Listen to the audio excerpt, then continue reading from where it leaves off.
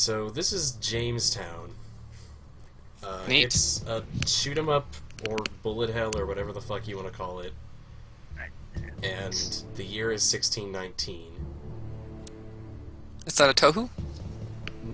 What, the Earth? Alright. Are you asking if the Earth is a Tuhu? I meant the game. The Earth is It's obviously a fanfic somewhere. tohu. There was a tohu like when we started up here. No, it's not a Toho. Alright. Okay, I used to live near Jamestown. This is not Jamestown. No. It's Mars. This is definitely Jamestown, don't worry. It says Mars. Alright, you know, I'll take your word for it.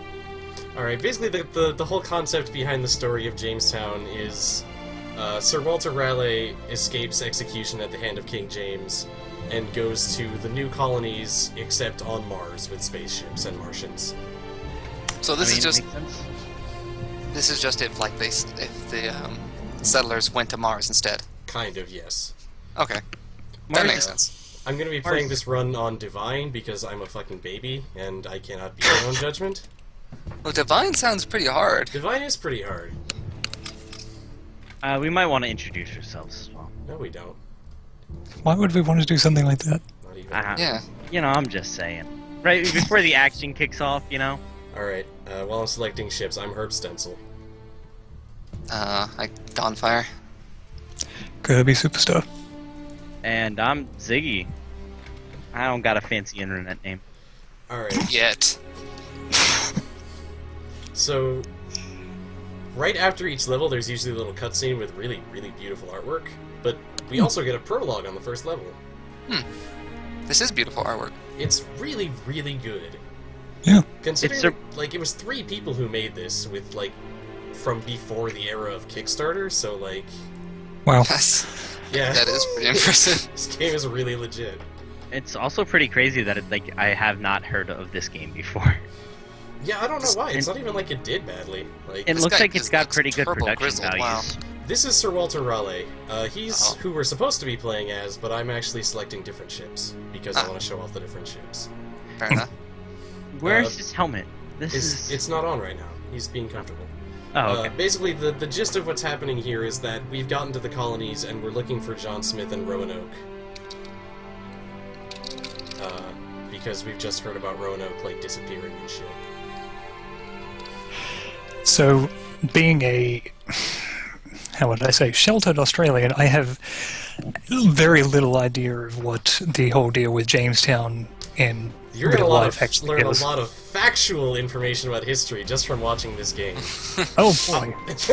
I'll give you a hint. It all takes place on Mars. This is... Jamestown was the first.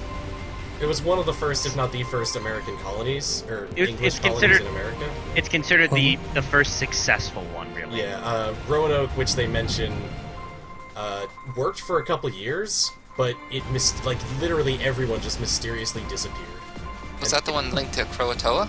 Yeah, they basically all they found was a writing on a tree that said, I forget the exact words. It is like I don't know, something, which basically implies they just kind of went and lived with Indians. Aliens.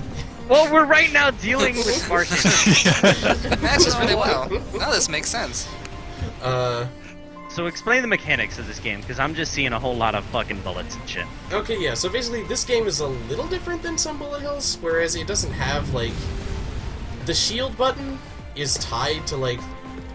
Basically, the shield button is called Vault. You get a little shield for a couple seconds, and then after that, your bullets turn purple, and you do a little extra damage, and you get a big bonus to your score while it's on.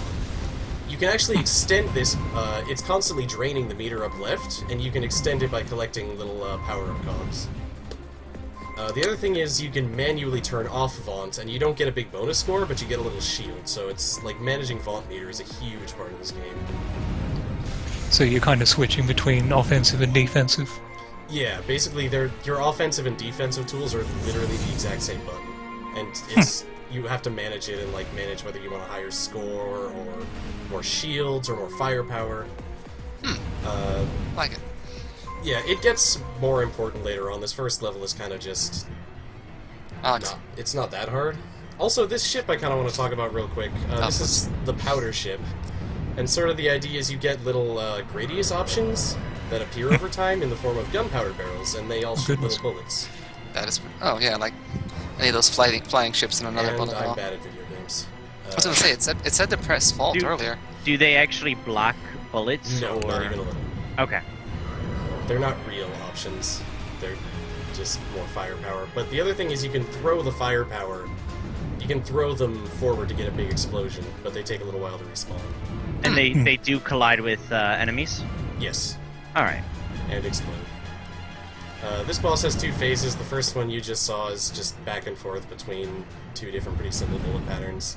This one is basically just a kind of a lazy chase thing. You just gotta keep it. You just gotta keep moving back and forth so those things don't destroy you. Makes sense. This boss is not that complicated. It's not that hard. I'm a little ashamed I died on it, but I was really angry by the time I had finished recording this. So I mean, it is the first boss, so I imagine it wouldn't be that difficult. I like this guy's motif there, the creepy tentacles and everything. yeah, that's actually sort of a Martian motif. Also, old-timey frontier music for winning the battle. My favorite kind of frontier music. You are a privateer. I am a privateer. And also Right, the something credits counts. either. Yep. Oh, That my. was the guy you were playing as was shirtless as hell. So this is obviously historically That inaccurate. man is far too handsome to be us anyway.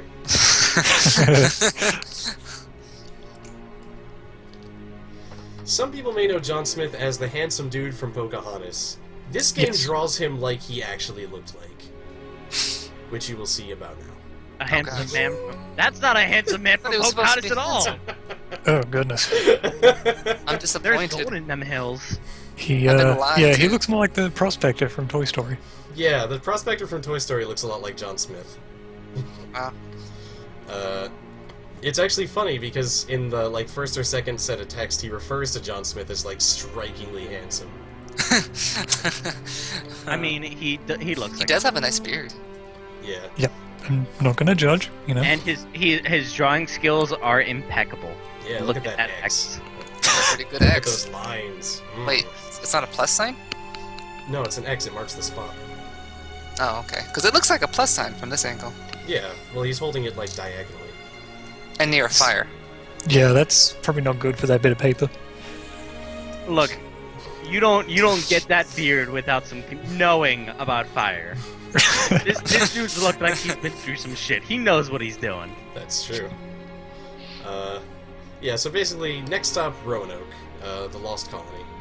It doesn't seem so lost now that it's the second level. It lost in a sense.